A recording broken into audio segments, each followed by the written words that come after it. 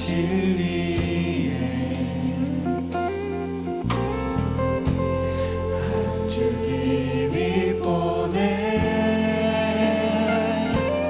내 몸을 감싸며 주어지는 평안함 그 사랑을 느끼네 부르신 곳에서 나는 예배하네 어떤 상황에도 나는 예배하네 부르신 곳에서 나는 예배하네 어떤 상황에도 나는 예배하네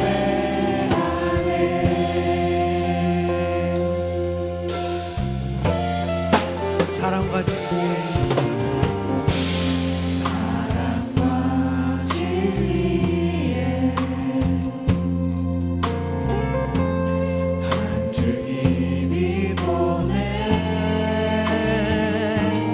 내 몸을 감싸며 주어지는 평안함 그 사랑을 느끼는 그 사랑 아멘 부르신 곳에서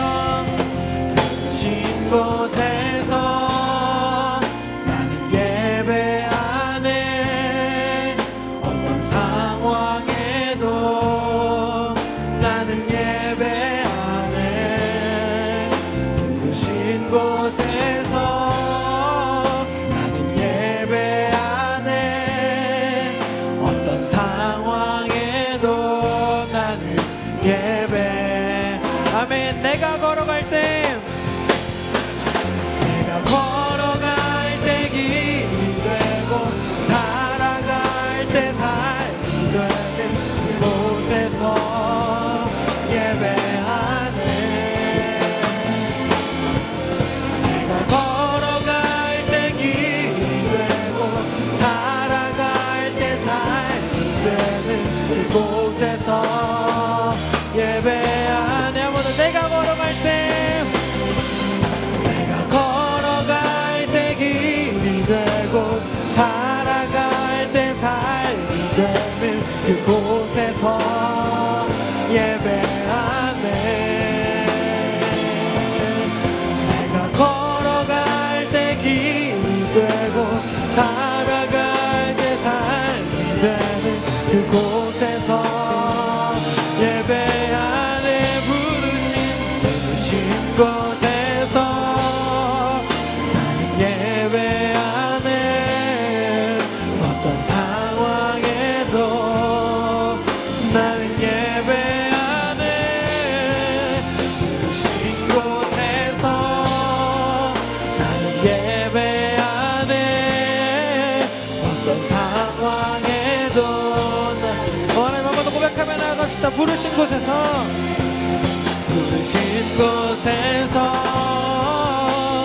예배하네 어떤 상황에도 나는 예배하네 부르신 곳에서 나는 예배하네 어떤 상황에도 나는 예배합니다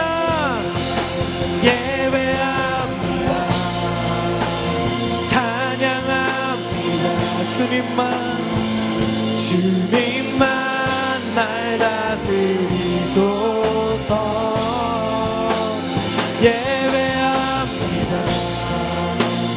찬양합니다 주님 홀로 우리 한번 더 전심으로 예배합니다 예배합니다 찬양합니다 주님만 날 다스리소서 예배합니다 찬양합니다 주님 홀로 높임 받으소서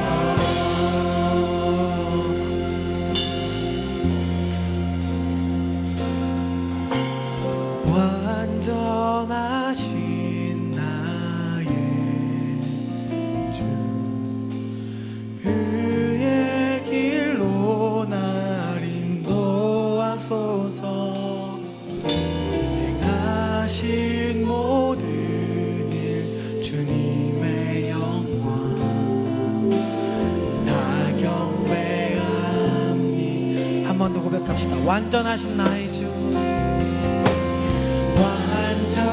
완전하신 나의 의의 길로 날 인도하소서 의의 길로 날 인도하소서 행하신 모든 일 주님의 영광 다 경배합니 예배합니다 예배합니다 찬양합니다 주님만 날 다스리소서 예배합니다 찬양합니다 주님 홀로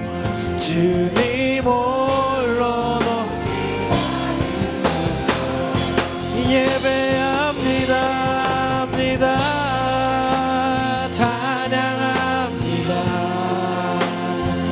주님만 날 다스리소서 예배합니다 찬양합니다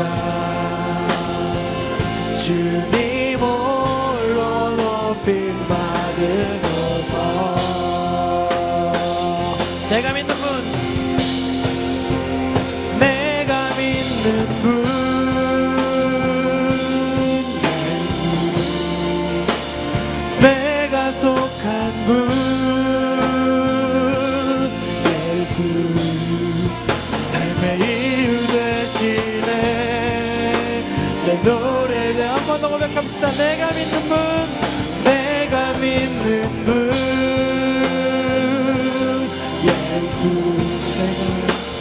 내가 속한 분 예수 삶의 이유 되시네 우리 한 번 더 전심으로 고백하며 나아갑시다. 내가 믿는 분 내가 믿는 분 예수 내가 속한 분 예수 이유 되시네 내 노래 되시네 전심으로 우리 함께 이 시간 기도하며 나아갑시다. 하나님 오늘 예배 가운데 하나님의 영을 부어주시옵소서.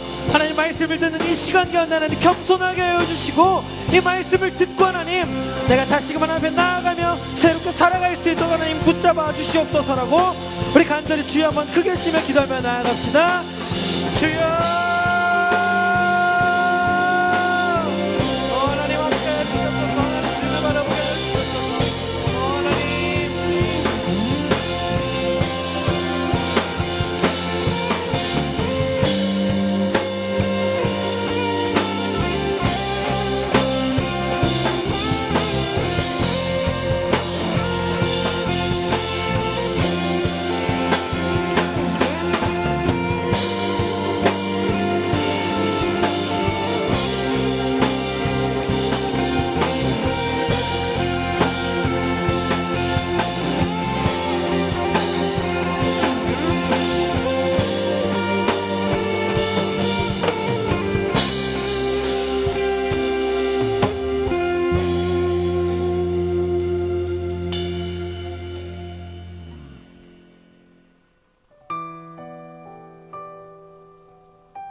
하나님이요?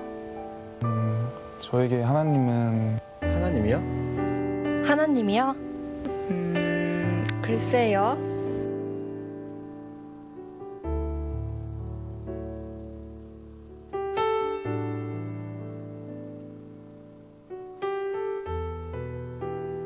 제게 하나님은 되게 위로를 많이 해주시는 분이세요.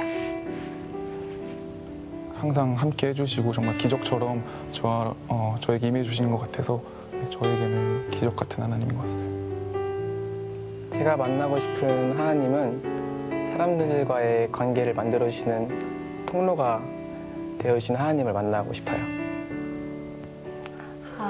엄청 제 옆에 항상 계셔주시는 분, 여전하시게 계셔주시는 것 같아요. 저한테는 사랑의 하나님이에요. 하나님, 하나님, 하나님 많이 사랑합니다. 사랑합니다. 사랑합니다. 저도 하나님 많이 사랑할게요. 감사합니다.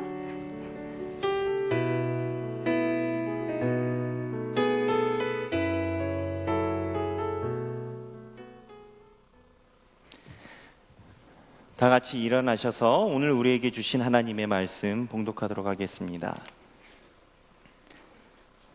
사무엘상 16장 7절 말씀입니다.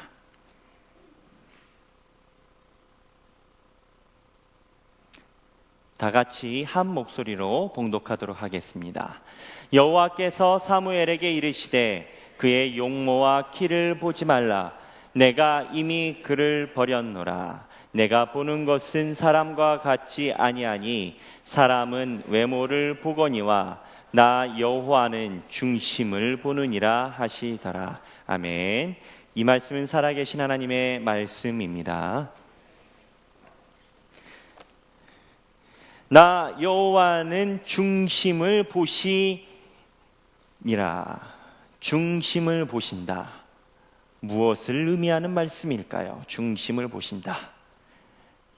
오늘은 이 내용과 관련되어 여러분과 이야기를 나눠보려고 합니다. 다윗 하면은 머릿속에 떠오르는 이야기가 있습니다. 바로 골리앗이죠. 다윗이 돌멩이를 던져서 골리앗 머리에 맞았고 골리앗은 거기서 죽었습니다. 우리는 다윗과 골리앗 이야기를 기적이라고 표현합니다. 그런데 이 기적이라는 거 한번 생각해 보면 조금 다릅니다.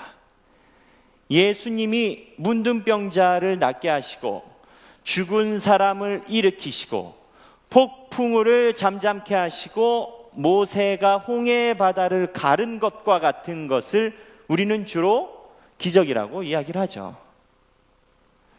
그런데 이 우리가 생각하는 기적이라는 범주는 무언가 초자연적인 힘에 의해서 우리가 예상하지 않았던 일이 일어날 때 기적이라고 표현합니다.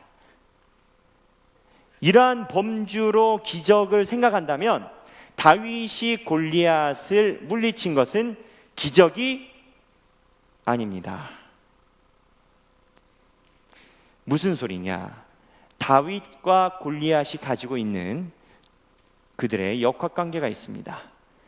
이거에 대해서 유명한 저널리스트인 말콤 글래드웰이라는 사람이 연구해 놓은 책이 있습니다. 그 사람 연구에 의하면 그렇습니다. 고대에는 군대가 3개의 병과로 이루어졌다고 합니다. 하나는 기병, 하나는 보병, 그리고 마지막 하나는 슬링거 솔저라고 불리는 투석병이라고 합니다. 먼저 천천히 여러분들한테 설명을 드리자면 기병은 그거죠. 말 타고 다니면서 칼 꽂고 물리쳐라, 나를 따르라, 이런 사람들이 이제 기병이죠. 기병들의 주특기는 말을 타고 칼을 휘두르는 겁니다. 보병, 이제 중보병이라고도 불리는데 이 보병들은 방패와 칼로 의지해서 전투를 하는 사람들입니다. 이 사람들은 근접전을 하기 때문에 왜 우리 그 영화 글래디에이터 보면 이렇게 갑옷 같은 걸 많이 입지 않습니까? 이 중보병들은 갑옷 같은 것을 입고 자기를 보호하면서 칼싸움을 하는 사람이라고 보면 됩니다. 근데 지금 우리가 이해하기 어려운 마지막 병과가 이제 슬링거 솔저라고 불리는 투석병인데요. 이 투석병은 그렇답니다. 긴 가죽끈 같은 데다가 돌멩이 하나를 넣고 휙휙 돌려가지고 던진답니다. 이렇게 휙휙 돌려서 던진 돌멩이가 얼마나 날아가느냐? 보통 500m를 날아갔다고 해요. 그리고 실력 있는 투석병들은 돌멩이를 돌려서 200m 밖에 있는 물체를 정확히 맞췄다고 합니다. 더 놀라운 사실은 이 투석병들의 파괴력인데, 이 투석병이 30m 앞에서 돌멩이를 훅훅훅 돌려가지고 돌멩이를 뿌려버리면 이 돌멩이의 파괴력이 지금 현대 사회에서 쓰고 있는 45구경의 권총의 화력과 맞먹었다고 합니다. 이제 45구경 하면 이해가 잘 안 올 텐데, 총알의 지름이 45mm인 구경이라는 게 그 큰 총인 거예요. 그럼 우리나라 군인들이 쓰는 권총, 우리나라 경찰들이 가지고 있는 권총은 몇 밀리냐? 우리나라 경찰들이 가지고 있는 권총은 이거보다 작은 38구경이라고 합니다. 그러니까 이 30m 거리에 슬링거 솔저가 돌멩이로 던져서 머리를 맞추면 45구경 권총으로 헤드샷을 하는 것과 똑같은 파괴력이 나온답니다. 그래서 이 슬링거 솔저는 굉장히 아주 그들에게는 꼭 필요한 병과였답니다. 이 슬링거 솔저가 언제까지 유지됐냐? 화살이라는 것이 나오기 전까지 유지가 됐다고 합니다. 그런데 이 투석병은 특별히 한 병과에 강했다고 합니다. 어느 병과에 강했냐? 바로 중보병입니다. 여러분 생각해 보십시오. 돌멩이를 내가 휙휙휙 던져가지고 딱 맞춘다 하면은 저 상대방의 물체가 서 있는 게 좋겠습니까? 움직이는 게 좋겠습니까? 서 있어야 잘 맞히겠죠.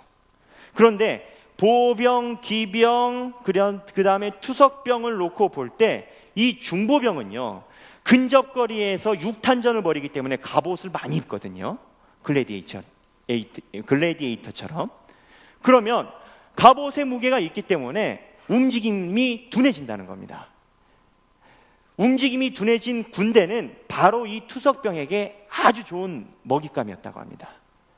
그리고 이 투석병의 파괴력이 아까 이야기한 것처럼 어마어마했기 때문에 근접거리에서 맞추면 아무리 헬멧을 쓰고 있어도 관통을 시켜버린다는 거죠. 실제적으로 펠레폰네소스 전쟁에서 아테네 군대와 시칠리아 군대가 전쟁을 일으켰습니다. 그런데 예상과는 다르게 아테네 군대가 참패를 해버리게 되는데, 그 참패를 하게 된 원인이 이 시칠리아 군대가 투석병을 끌고 나온 겁니다. 아테네 군대는 오랫동안 이 중보병 훈련에 아주 익숙해져 있는 군대인데, 이 칼을 차고 갑옷을 입고 딱 나갔는데 투석병들이 돌멩이를 던져서 머리를 다 맞히니까는 속수무책으로 다 죽었답니다. 그래서 역사적 기록에 의하면은 로마 군인들이 투석병에 의해 죽은 군인들 머리에서 돌멩이를 빼내는 집게를 군 보급품으로 갖고 다녔다고 합니다. 그만큼 투석병에 의해서 죽은 중보병이 많았다는 거죠. 그러면 투석병은 천하무적이냐? 그렇지 않습니다. 아까 이야기한 것처럼 투석병은 돌멩이를 던져가지고 맞춰야 되기 때문에 절대적으로 약한 병과가 있죠. 무슨 병과겠습니까? 기병입니다. 이 기병은 말을 타고 좌우로 왔다 갔다 하니 도저히 맞추기가 쉽지 않은 겁니다. 더군다나 가까이 오면 투석병이 가지고 있는 무기는 가죽끈 하나인데 칼을 들고 달라드는 기병에게 속수무책으로 당한 거죠. 그러면 기병이 천하무적이냐? 기병은 거꾸로 중보병에게 약했다고 합니다. 아까 이야기했던 갑옷 입은 군사들이 있죠. 왜 중보병에게 약했냐? 우리가 볼 땐 기병이 더 셀 것 같은데, 이 중보병들의 특징은 전열과 스크랩을 짜가지고 자기들을 방어하는 데 매우 익숙했답니다. 그래서 기병이 달려오면 방패를 앞에다 딱 걸고 2, 3m 되는 창을 발로 딱 밟고 밑에서 버티면 달려드는 말들이 다가오기도 전에 그 창에 찔려서 넘어진다고 합니다. 그러면 말에서 떨어진 그 기병의 장수들은 말을 타기 위해서 갑옷을 가볍게 입는데, 자기 몸에 보호 장비가 없는 그 장수들은 몸에 쇠사슬로 보호 장비를 하고 있는 중보병과는 상대가 안 됐다는 겁니다. 10번 때려야 저 사람은 쓰러지는데 중보병은 갑옷이 있으니까 10번 맞아도 한 번 찔러서 죽인다는 거죠. 이렇게 고대 전투는 이렇게 삼각관계, 가위바위보처럼 서로 맞물리면서 이루어졌다고 합니다. 이러한 개념으로 보면 다윗은 투석병이었습니다.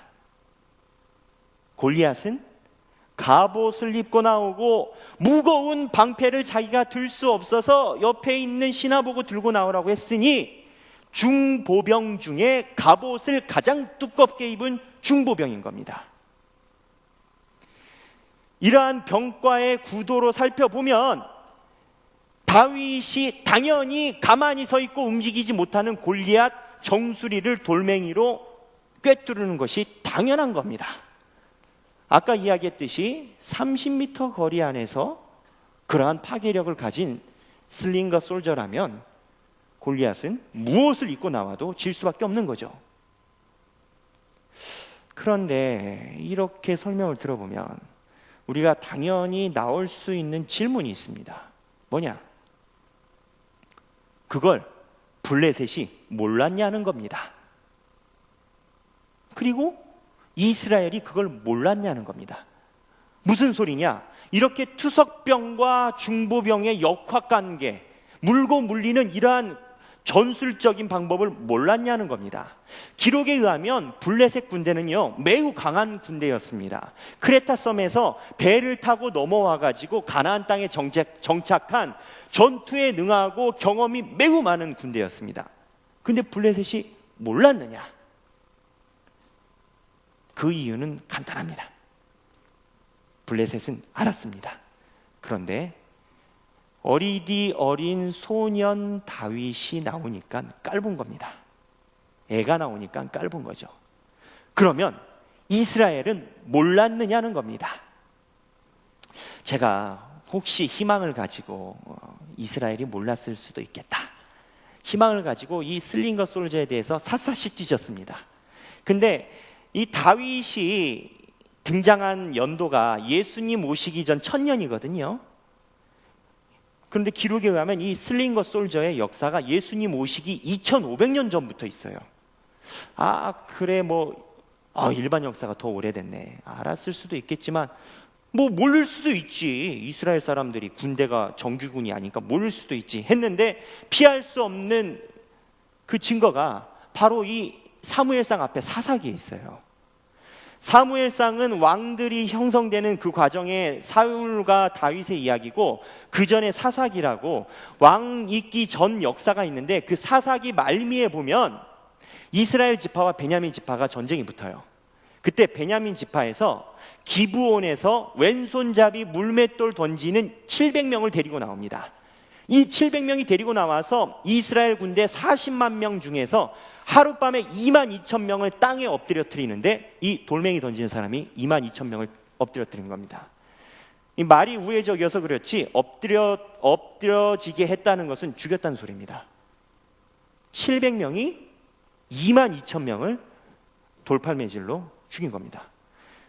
즉, 이 사사기보다 뒤에 역사에 있는 이스라엘 군대는 투석병을 알았다는 겁니다. 그러면 더 궁금해집니다. 아니, 투석병의 존재도 알고 있는 이스라엘 백성이 블레셋 장수가 나와가지고 그렇게 모욕을 주고 욕을 주는데 가만히 있어? 아니, 보니까 역사를 보니까 자기 선조들 700명의 물맷돌 역사가 있구만. 그 군대 병가도 있고 나가서 보내면 되지. 근데 왜 안 보냈을까요? 왜? 그 답은 바로 골리앗에게 있습니다. 이스라엘 군대 참모들이 이러한 역학구도를 다 알고 있다 치더라도 결정적으로 골리앗에게 이렇게 하지 못한 이유는 골리앗이 두려워서입니다. 사무엘상 17장에 보면 이스라엘 군대가 골리앗의 등장을 보고 굉장히 두려워 떤다는 모습이 사무엘상 17장에 나와 있습니다. 이스라엘 백성은 왜 골리앗을 그렇게 두려워했나요? 고고학자들 자료를 보니까 골리앗의 키를 한 2m 10cm 정도로 보더라고요. 그게 골리앗이 실존 인물이고 사람이다 보면 말단 비대증 환자로 보는 경향이 강한데, 이 말단 비대증이 키가 막 크고 그런 겁니다. 우리 유명한 선수 중에 그런 사람이 있어요. 최용만 선수가 이제 말단 비대증이 있어서 얼마 전에, 몇 년 전에 수술을 했죠. 이 병을 가지고 있는 사람은 다른 사람보다 힘이 굉장히 강해지고 키가 쭉쭉쭉 큰다는 겁니다. 그래서 뇌 수술을 해야만 이게 멈추는데, 여하튼 이 병을 갖고 있는 사람들의 키가 보통 2m 10cm 이상이라는 겁니다. 그런데 이스라엘 백성들의 그 당시의 키를 이 고문을 통해서 확인해 보면 남자들의 평균 키가 150에서 160cm라는 거예요. 여기 계신 모든 남자분들이 그 시대에 태어났다면 키 크고 잘생긴 교회 오빠입니다. 우리는 150cm는 넘지 않습니까? 여하튼 그 당시에는 150에서 160cm가 됐다는 겁니다.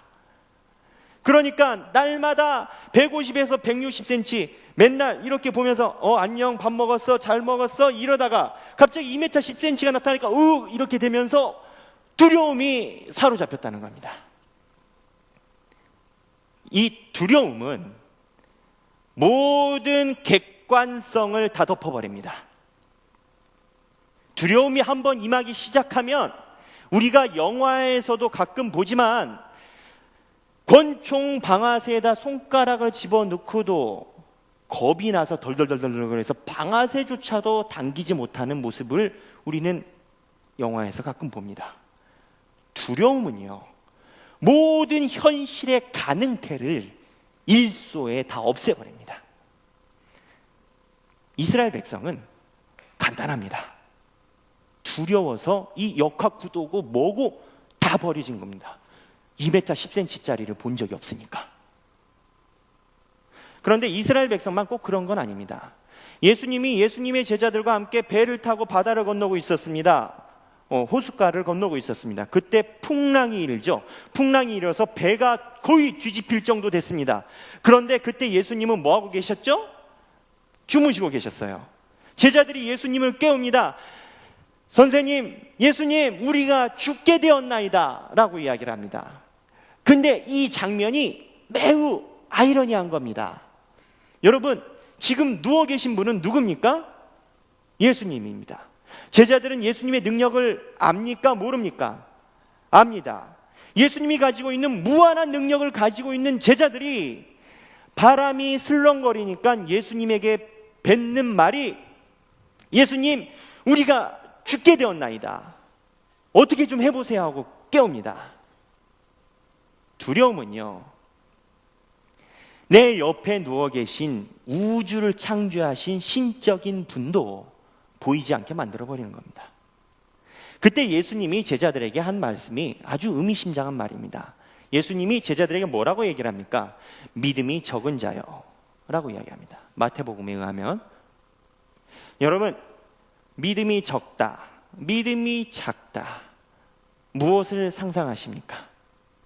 무언가 믿음이라는 키가 있어가지고 누구는 이렇게 크고 누구는 작고 이런 건가요? 마태복음의 예수님 본문에 의하면 믿음이 적다라는 말은 거꾸로 두려워 떠는 자를 이야기를 하는 겁니다.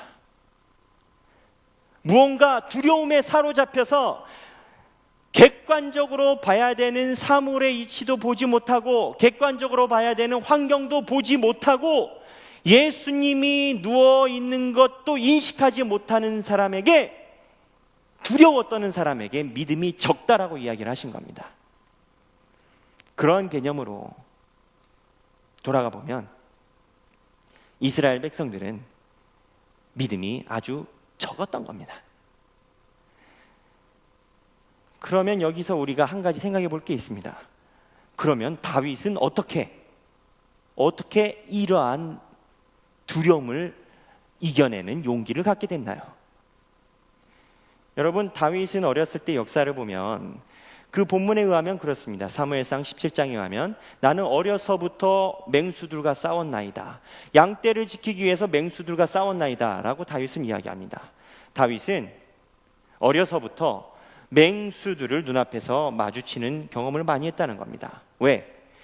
8형제 중에 맨 마지막이었기 때문에 막내인 동생이 양떼를 치러 들판에 왔다 갔다 해야 됐거든요. 제가 얼마 전에 그 영화 검은 사제들이라는 영화를 본 적이 있습니다. 혹시 이 중에도 보신 분들이 계실 것 같아요. 우리 청년들 영화 자주 보는 걸로 아니까. 그 검은 사제들이라는 영화에 보면 무슨 장면이 나오냐면 강동원이 어렸을 때 트라우마가 있습니다. 그게 뭐냐? 고삐가 풀려져 있는 들깨가 자기 여동생을 물어 죽입니다. 그거를 옆에서 보는데 겁이 나가지고 도망갔다가 나중에 돌멩이를 들고 왔을 때 이미 자기 여동생은 사체로 변해 있었습니다. 그게 강동원에게 큰 트라우마였습니다. 제가 말하고 싶은 것은 나이가 어린 그리고 아기들에게는 동네에 끈이 풀려져 있는 개조차도 위협의 대상이라는 겁니다. 우리야 다 컸기 때문에 개들이 무섭지 않지만 그들에게는 개가 굉장히 위험한 존재라는 겁니다. 그런데 소년 다윗이 들판에서 맹수와 들짐승과 늑대와 이리들을 상대로 해서 날마다 싸웠다는 겁니다. 우리는 이거를 마치 좋은 경험이다 생각하겠지만 다윗에게는 그때마다 목숨을 내놓고 걸었던 싸움이인 것입니다. 물론 다윗이 어려서부터 돌팔매를 잘해서 던지는 능력이 있었겠지만 아까 이야기한 것처럼 두려움을 결정적으로 이기지 못하면 다윗은 그 맹수들의 밥이 됐을 겁니다. 다윗이 어떻게 맹수들을 이겼을까요? 다윗이 맹수들을 이겼던 그 자세는 바로 골리앗 앞에 나타났을 때, 골리앗을 대면했을 때 처음으로 2m 10cm짜리 사람을 보고 그 앞에서 칼을 겨눌 때 다윗의 모습에서 나타납니다. 성경 본문 한번 보겠습니다. 사무엘상 17장 45절입니다.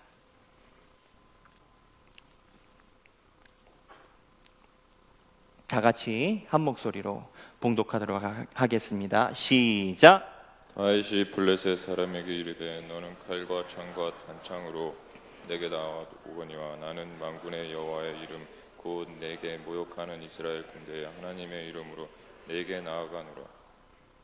다윗은 골리앗 앞에서 이렇게 이야기를 합니다. 나는 만군의 여호와의 이름으로 네 앞에 서 있다는 겁니다. 여러분, 다윗이요 평소에 이러한 마음가짐을 갖지 않았다면 절대 골리앗 앞에서 이러한 마음가짐이 나올 수 없습니다. 다윗의 이러한 신앙 고백은 어려서부터 경험했던 맹수와의 부딪힘, 목숨 걸고 자기를 노려보며 목을 쥐어뜯으려고 달려드는 이리, 승냥이, 때로는 범, 곰 이러한 존재들과 대면할 때 다윗이 가졌던 신앙 고백이었음이 분명합니다. 무슨 소리냐? 우리는 매사에 어려움이 있을 때 만군의 여호와의 이름을 의지하여 해결해야 된다는 겁니다. 여러분, 우리가 맹수를 만나지 않고 골리앗을 만나지 않는다고 해서 우리랑 전혀 상관없는 이야기가 아닙니다. 여러분, 취업 또는 진학, 결혼, 가정의 불화, 문제, 때로는 남들에게 이야기하기 힘든 나만의 상처, 트라우마. 요즘 현대인치고 이러한 범주 안에 들어가지 않은 사람 거의 없습니다.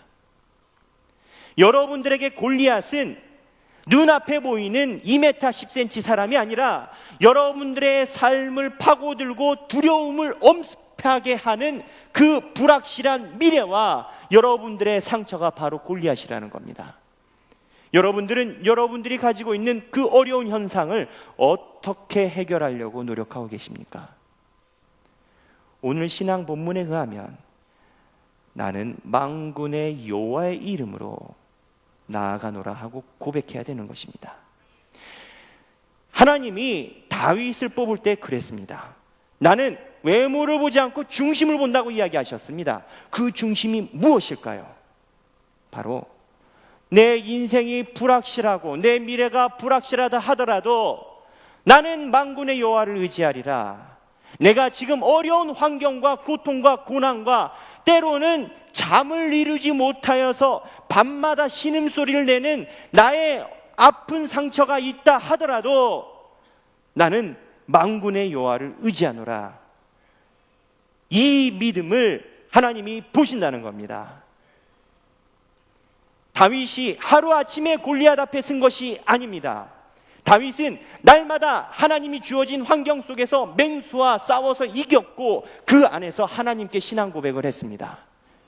여러분이 가진 환경을 날마다 극복하며 그 안에서 다윗이 가졌던 신앙 고백을 고백하는 신앙을 갖게 된다면 언젠가는 다윗이 골리앗을 무찌른 것처럼 여러분들이 인생의 가장 어려운 위기 관문을 분명히 넘어가게 될 것입니다.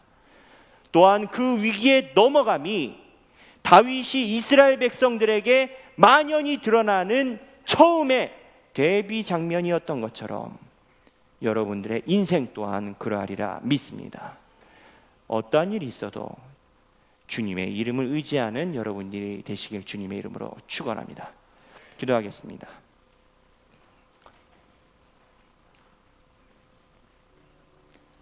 하나님, 우리가 우리 앞에 계신 하나님을 보게 하여 주시옵소서. 아버지여, 우리의 머리카락까지 다 세신 바 되신 하나님, 우리가 주님의 전능함을 의지하게 하여 주시옵소서. 하나님, 우리가 가지고 있는 상황이 아니라, 우리가 가지고 있는 어려움이 아니라, 우리 눈앞에 들여져 있는 골리앗이 아니라 만군의 여호와의 이름을 의지하게 하여 주시옵소서. 그리하여 주님의 제자들이 하셨던 것처럼 그물을 던지게 하여 주시고 주님의 이름에 의지하여 우리가 인생을 살아가게 하여 주시옵소서. 아버지, 두 손 들고 주님께 기도하는 우리에게 은혜를 베풀어 주시고 성령의 임재함으로 응답하여 주시옵소서. 감사드리며 예수님의 이름으로 기도드렸습니다.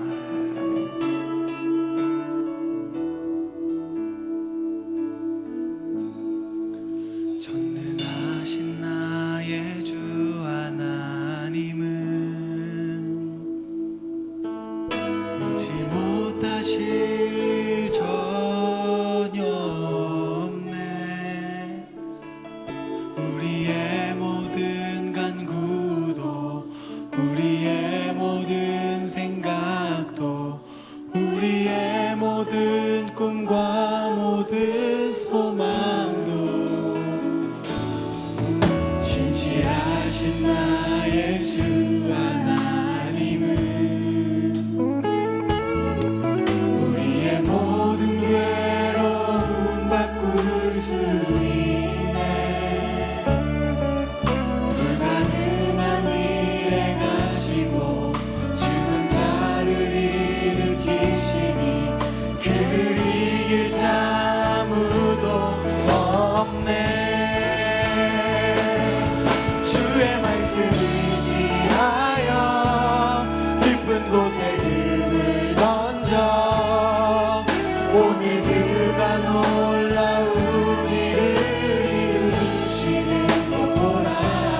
주의 말씀 의지하여 믿음으로 금을 던져 믿는 자에게 능치 못하겠네.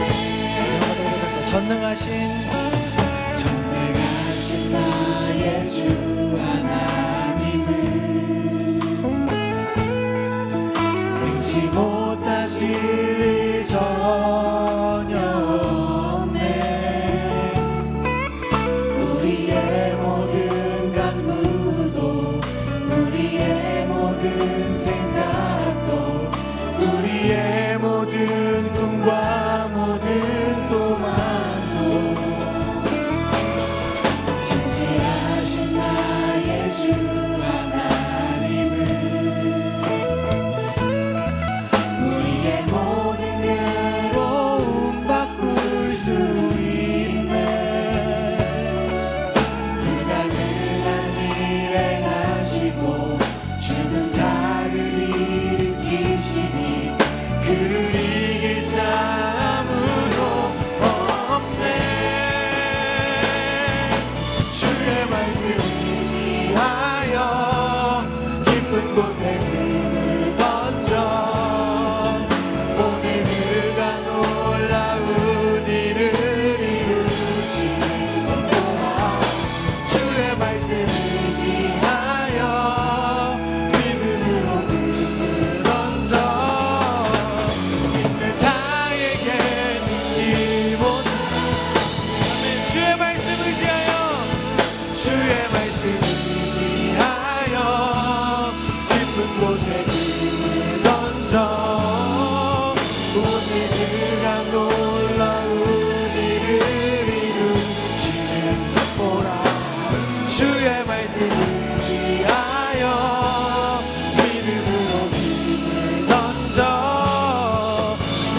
자에게는 우리 마지막 한 번만 더 고백합시다.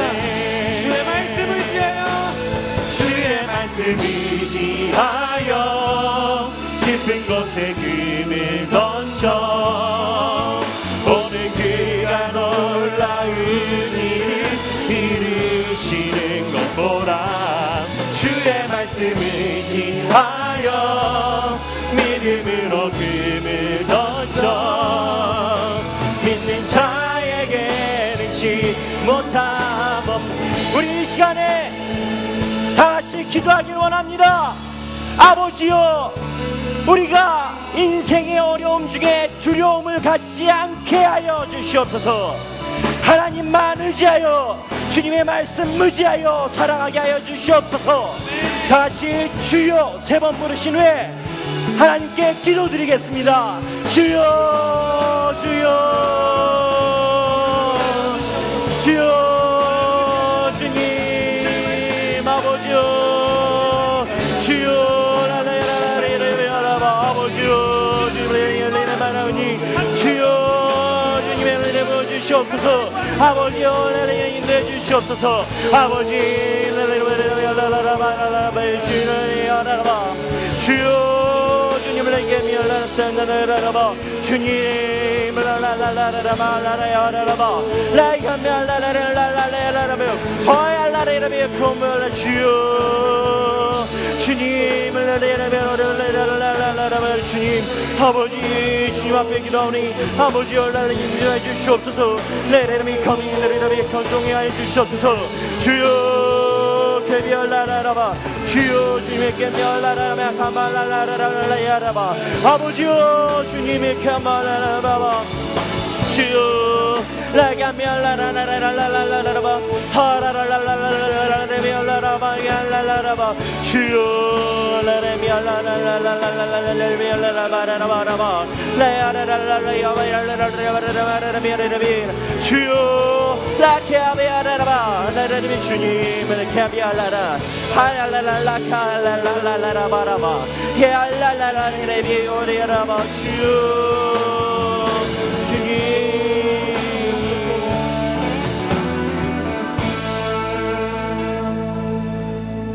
하나님 아버지, 우리 이곳에 모여 있습니다. 주님, 우리가 어떠한 어려운 상황에서도 어떠한 어려움 아픔 속에서도 주님을 의지하여 용기를 갖게 하여 주시옵소서. 또한 주님이 우리를 선한 길로 인도하심을 꼭 부여잡고 살아가게 하여 주시옵소서. 오로지 주님의 은혜만 갈급합니다. 채워주시고 은혜 허락하여 주시옵소서. 감사드리며 사랑이 많으신 예수님의 이름으로 기도드렸습니다. 아멘.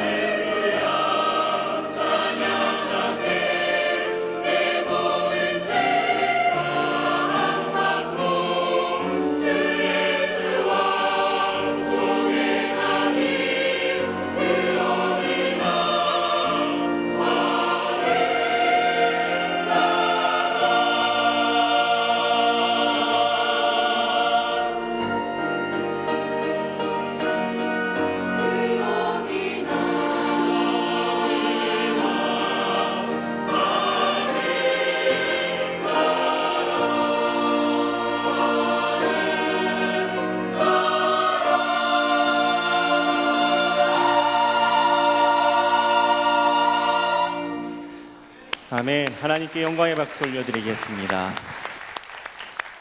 기도하시겠습니다. 이제는 우리 주 예수 그리스도의 은혜와 하나님 아버지의 극진하신 사랑과 성령님의 감동 감화 교통하심이 지금 이 자리에 모여 오로지 만군의 여호와 하나님만 의지하고 모든 인생의 두려움을 극복하기 원하는 모든 치유하는 교회 성도들 머리 위에 지금으로부터 영원까지 함께 하시길 주님의 이름으로 간절히 축원하옵나이다.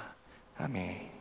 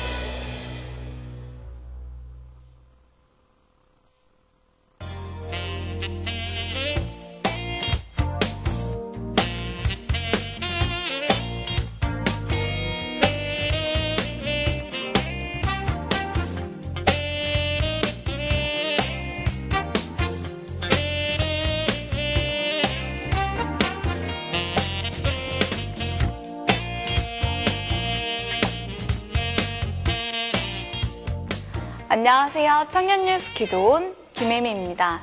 쌀쌀한 바람에 옷깃을 여미게 되는 계절 가을입니다. 치유하는 교회 안에는 전도의 열기가 하늘 높은지 모르고 치솟고 있는데요. 바로 11월 15일 해피데이를 위한 청년들의 바쁜 움직임 때문입니다. 매주 월요일, 목요일, 그리고 토요일마다 전도교육과 노방전도를 진행했었는데요.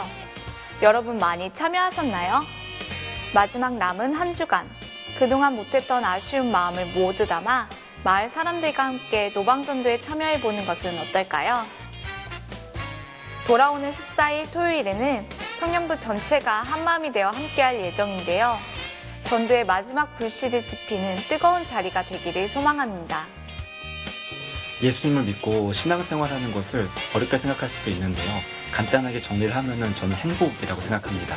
행복을 발견하고 그 행복을 누리는 게 바로 신앙생활이라고 저는 믿어요. 해피데이는 그런 목적으로 진행이 됩니다. 예수님을 믿는 우리들이 그 행복을 잘 누리고 있나, 특별히 추수감사절을 맞아서 예수님 안에서 내가 그 행복을 얼마나 잘 누리고 있나, 그리고 또 예수님을 아직 알지 못하는 사람들한테 그 행복으로 초대하는 자리가 바로 이번 해피데이 축제라고 생각합니다. 해피데이는 여러분이 얼마나 행복한지, 또 그 행복을 어떻게 누리고 있는지를 다시금 돌아보고, 특별히 추수감사절을 맞이하여서 하나님께서 나에게 주신 그 은혜들을 다시 돌아보는 시간입니다. 그 행복을 여러분들 사랑하는 가족들과 친구들에게 함께 나누었으면 좋겠고요. 그 행복을 아직 모르기 때문에 그들을 초대하기 위해서 우리가 전도를 해야 됩니다. 때로는 전도하다 보면 거절받기 싫어서 두렵기도 하고 조심스럽기도 한데요. 여러분이 조금만 용기를 내시면 여러분이 전도하고 싶었던 그 사람들이 얼마나 기다리는지 알게 되는 날이 곧 올 거라고 믿습니다. 여러분 화이팅입니다. 해피데이가 끝난 후 여러분은 어떤 계획을 가지고 계신가요? 5층 만나홀과 홀문에서 애프터 파티가 있을 예정입니다.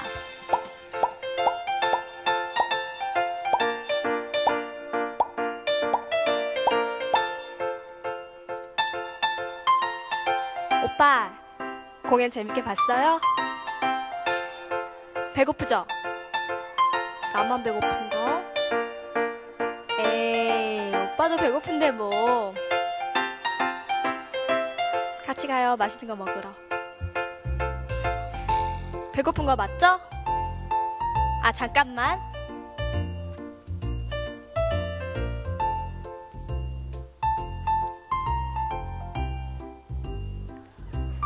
갈까요?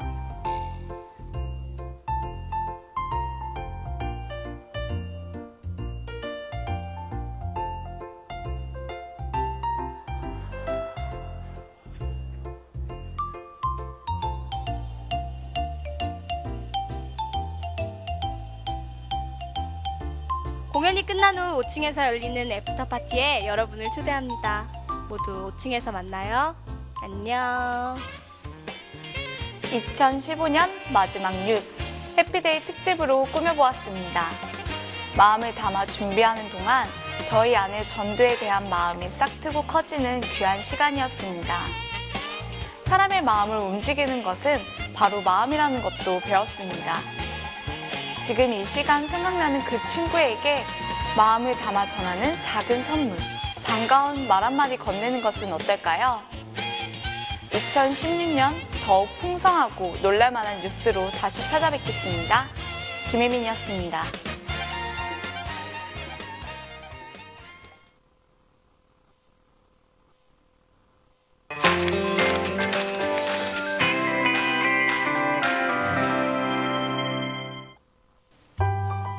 김혜진 씨.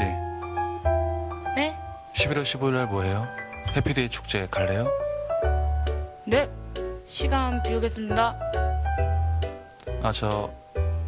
김혜진 씨. 네? 그날 장소는 치유하는 교회예요. 2시 반이고요. 웰컴입니다.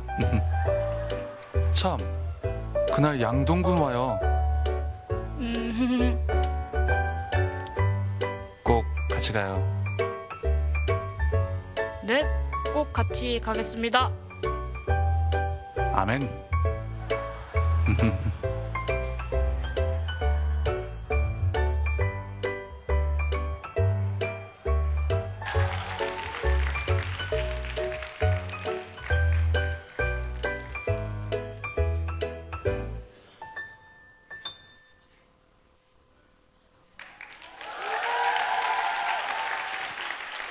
네, 여러분, 이런 분위기 전혀 예상 못했는데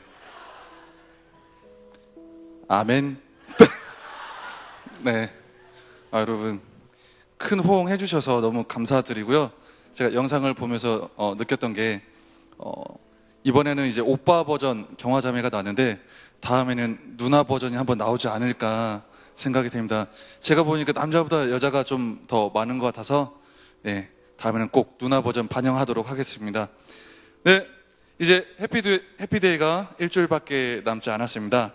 이제 저희 마지막 한 주간 더욱더 마음을 함께 모아서 모두 다 함께 준비했으면 좋겠습니다. 그래서 화요일 저녁 기도회와 그리고 토요일 전도 모임에 함께 모두 참여해 주시면 고마울 것 같고요. 다음 주일날 이 자리에 빈자리를 양손에 한 명씩만 데리고 오셔서 꼭 가득 채워진 자리 되었으면 좋겠습니다. 그래서 하나님께서 바라보시는 그 기뻐하시는 마음을 우리 마음에 담아서 더욱더 풍요로운 축제 되었으면 좋겠습니다. 그래서 돌아오는 한 주간 동안 저희가 특별 새벽 기도회를 합니다. 힐링채플에서 이제 새벽 기도회를 안 하고요. 일주일은 이제 여기서 오전 5시에 담임 목사님의 빌레몬서 강해로 한 주간 동안 진행이 됩니다. 그래서 2부 6시 반 새벽 기도회는 다음 한 주간은 없으니까 혹시 6시 반에 오셔서 오랜만에 왔는데 왜 이렇게 아무도 없나요? 뭐 이런 말씀 하시면 안 됩니다. 자, 꼭 기도로 준비하셔서 지친 마음 다시 새 힘을 얻는 한 주간 될 줄 믿습니다. 아멘. 네. 그리고 돌아오는 이제 주일 새벽, 그렇죠. 해피데이 당일 주일 새벽에 기다리던 저희 구교구 특송 담당입니다. 많이 기다리셨죠? 언제쯤 오나, 왜 이제서야 왔나? 그런 표정 너무 감사합니다. 네. 토요일 아니라 주일입니다. 주일날 새벽 4시 반까지 꼭 1층 온유홀로 함께 모여주시면 감사하겠습니다. 그리고 이제 저번 주에 허기도 경제가 이제 광고를 해줬는데요. 동아시아 평화캠프, 제주 아일랜드에서 진행되는 동아시아 평화캠프가 있습니다. 12월 7일 월요일부터 12월 11일까지 금요일까지인데 부분 참석도 가능하다고 하니까요. 신앙의 여러 가지 많은 부분들이 다시 도전받고 싶고 제주 아일랜드에 콧바람을 쐬고 싶으신 분들, 그러면서 동시에 선교에 동참하고 싶으신 분들 꼭 마을 목자를 통해서 신청해 주시면 감사하겠습니다. 그리고 영상 성탄 축하 예배 영상 나왔잖아요. 마지막 광고입니다. 네, 벌써 날씨를 통해서 이제 겨울 분위기가 조금씩 이제 다가오고 있어요. 안 추우신가요? 네, 크리스마스 시즌 혼자서 방황하지 마시고 괜히 옆에서 길거리에서 지나가다가 잡혀가지 마시고 네, 청년교구 안에서 함께 참여하며 찬양으로 기쁨의 성탄을 준비해봤으면 좋겠습니다. 12월 16일 청년 주간 성탄 예배입니다.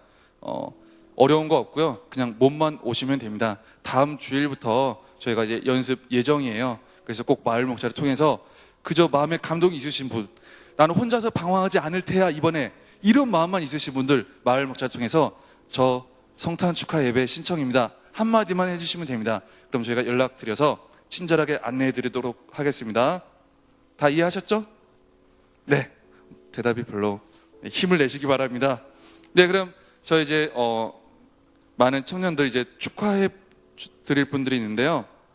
먼저 이제 김준호 목장의 박수진 자매, 그리고 박은정 자매, 그리고 김은혜 자매가 등반을 합니다. 손 한번 들어주시겠어요? 네, 네, 감사합니다. 그리고 박은정 목장의 김원석 형제 어디 있나요? 손 부처해서. 네, 감사합니다. 갓블레추. 네, 그리고 네, 그리고 오랜만에 해서 당황하셨죠. 그리고 또 연말을 향해서 또 성경 일독을 하신 분이 계셔요. 우리 김효선 마을 목자인데요. 올해 총 이제 카운트를 해보니까 성경 일독 6번째를 맞이하셨습니다. 어디 있죠? 김효선 마목. 네, 감사합니다. 계속해서 말씀으로 여러분의 모든 몸과 마음을 새롭게 하시고 도전하시는 여러분들 되시길 바랍니다. 그리고 혹시 오늘 새로 나오신 분 계신가요? 새로 나오신 분. 저는 내년부터 새로워질 거예요. 손 들어보세요. 손 들어보세요. 네, 자, 손 드신 여러분 모두까지 다 함께 우리가 축복하는 시간을 갖도록 하겠습니다. 잠시만요. 네, 혹시라도 부끄러워서 손을 못 드셨다면 새로 오신 분들 중에 앞에 계신 세가족 리더분들 계시니까요. 꼭 찾아가 주셔서 상세히 안내 받아주시면 감사하겠습니다. 축복 받고 싶은 분들까지 손 한번 들어주세요. 이제는 좀 몇 명씩 들고 계셔요. 많이 외로운 계절이 됐나 봐요. 확실히. 자, 옆에 계신 분들, 등반하시는 분, 그리고 성경 일독 하신 우리 김효선 마을 목자, 그리고 새로워지고 싶다, 그리고 축복받고 싶다, 모두 다 뜨거운 사랑의 눈길을 담아서 축복하도록 하겠습니다.